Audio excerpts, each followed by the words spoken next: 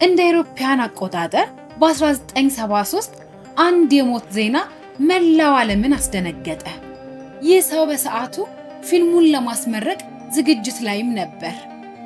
የማርሻል አርቱ ጥበበኛ ከሲያትል ተራ አስተናጋጅነት ተነስቶ ወደ ሆሊውድ ፊልም ኢንዱስትሪ የገባ።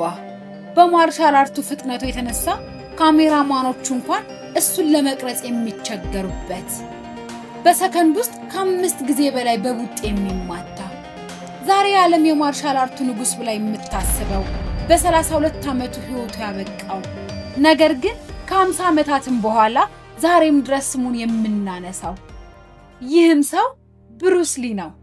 ብሩስ ሊ ወይም ትክክለኛ ስሙ ሊ ጁንፋን እናትና አባቱ ወደ አሜሪካ ለጉብኝት በሄዱበት ወቅት እናቱ ድንገተኛ ምጥ በመያዟ ምክንያት እንደ አውሮፓውያን አቆጣጠር ህዳር 27 በ1940 በሳን ፍራንሲስኮ ተወለደ። ምንም እንኳን በአሜሪካ ቢወለድ ወላጆቹ ቻይናውያን ስለነበሩ በቻይናውያን ዘመን አቆጣጠር በዘንዶ ዓመትና በዘንዶው ሰዓት ስለተወለደ ትንሹ ዘንዶ የሚል ቅጽል ስምም ተሰጥቶታል። ብሩስ ሊ ገና በህፃንነቱ ወደ ሆንግ ኮንግ ተመልሶ የልጅነት ጊዜውንም ሆንግ ኮንግ አሳልፏል። አባቱ ሊም የኦፔራ ተዋናይ ስለነበሩ አፍ እንኳን ሳይፈታ በተወለደ በ3 ወር ዕድሜው ጎልደን ጌት ገርል በተሰኘው ፊልም ላይ በመሳተፍ የፊልሙ ህይወቱን አንድ ብሎ ጀምሮ ነበር። በልጅነቱ ቀልጣፋና ንቁ ተሳታፊ የነበረ ሲሆን ከ20 በላይ በሆኑ የሆንግ ኮንግ ፊልሞች ላይ የህፃን ልጅ ገጸ ባህሪ ወክሎም ሰርቷል። ምንም ቀልጣፋና ተግባቢ ቢሆንም በትምህርቱ ግን ጎበዝ ተማሪ ከሚባሉት ውስጥ አይመደብም። እንደውም በተቃራኒው አትንኩኝ ባይ ስለነበረ በየመንገዱ ጸብና ግጭቶች ውስጥ መሳተፍም ይወድም ነበር።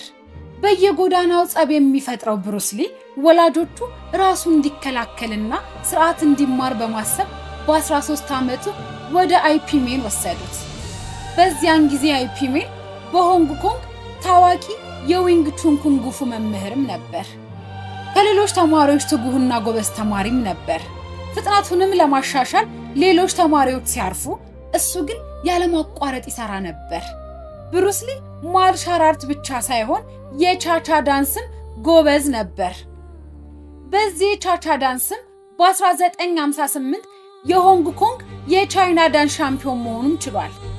በ1958 እና በ1959 አካባቢ ግን ሆንግ ኮንግን ለቆ ወደ አሜሪካ ለመሄድም ተገደደ። ምክንያቱም ደግሞ ብሩስ ሊ የዊንግ ቹን ተማሪ እያለ ከሌሎች የማርሻል አርት ትምህርት ቤቶች ተማሪዎች ጋር በህንፃ ጣሪያዎች ላይ ይፋለሙም ነበር። በአንድ ወቅት ከአንድ ተማሪ ጋር ተጣላ።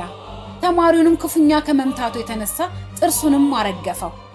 የተመታው ተማሪም በሰዓቱ ትሪያር ተብሎ በሚጠሩ ያደገኛ ወንጀለኛ ቡድን መሪ ስለነበርና ብዙ ጊዜ የፖሊስ ማስጠንቀቂያ ለወላጆቹ ስለሚደርሳቸው እናቱ ግሬሶ እንዳይታሰርና የወንጀለኞቹ ቡድን እንዳይገሉት በማሰብ ወደ አሜሪካ እንዲሄድ ወሰነች።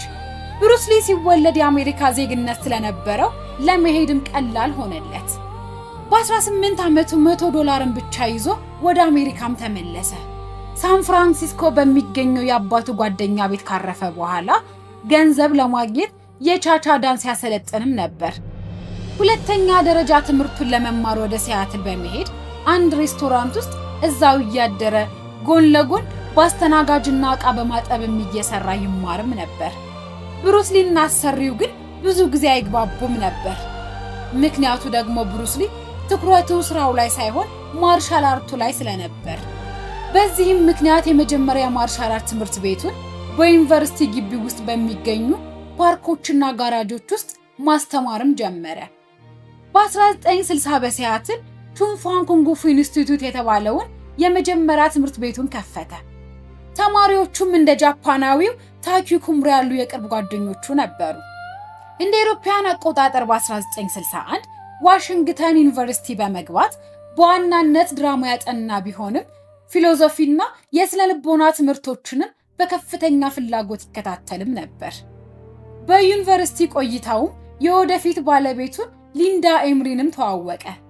ትውውቃቸውም ሊንዳ ኤምሪ በሲያትል የጋርፊልድ ሁለተኛ ደረጃ ትምህርት ቤት ተማሪ እያለች ብሩስ ሊ ደግሞ ወደ ትምህርት ቤቱ መጥቶ የማርሻል አርት ትርኢት ሲያሳይ ለመጀመሪያ ጊዜ አየችው። በኋላም በዋሽንግተን ዩኒቨርሲቲ ትምህርቷን ስትጀምር ብሩስ ሊ ያስተምርበት በነበረው የማርሻል አርት ክፍል ውስጥ ተማሪ ሆናም ገባች። መጀመሪያ ላይ ልክ እንዳስተማሪና ተማሪ የነበራቸው ግንኙነት በ1963 ግን ወደ ፍቅር ተቀየረ። በሰዓቱ በነበረው የዘር ልዩነት ምክንያት የሊንዳ ቤተሰቦች በግንኙነታቸው ደስተኛ ያልነበሩ ቢሆንም ነሐሴ 17 ግን በ1964 በሲያትል ውስጥ በትንሽ የሰርግ ስነ ስርዓት ጋብቻቸውንም ፈጽመዋል። ከሷም 2 ልጆችንም ወልዷል።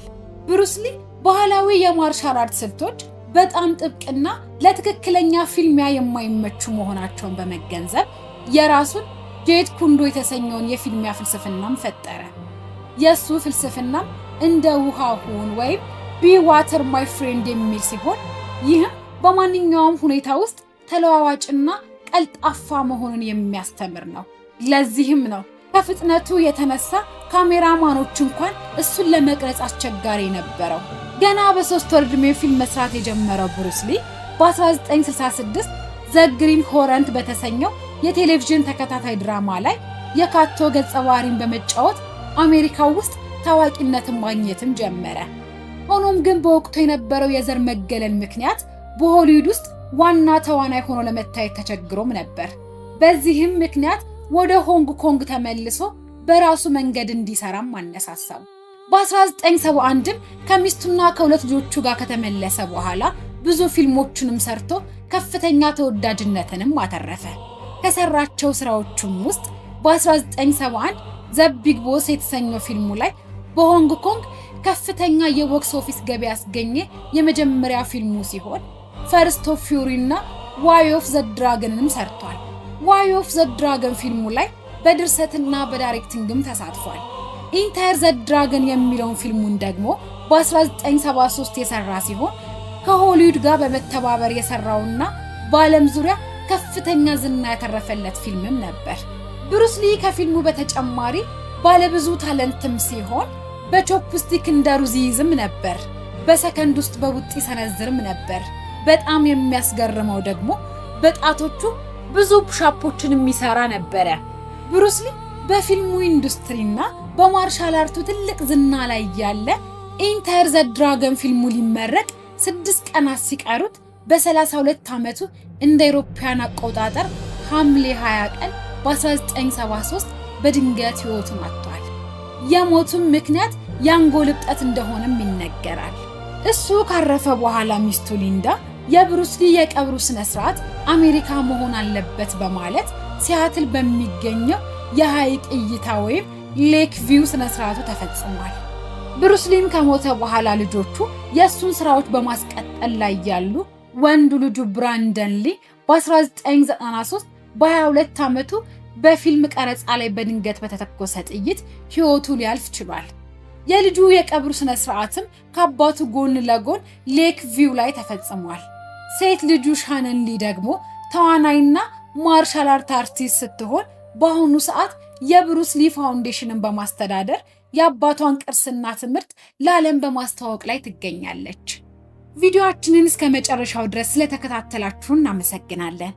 ቤታችንንም ላይክ፣ ሼር፣ ሰብስክራይብ በማድረግ ፍቅራችሁንም ግለጹልን። ቀጣይ እንድንሰራላችሁ የምትፈልጉት ታሪክ ካለም ኮሜንት ሴክሽን ላይ አስቀምጡልን። እስከዛው ድረስ ሰላም ቆዩን።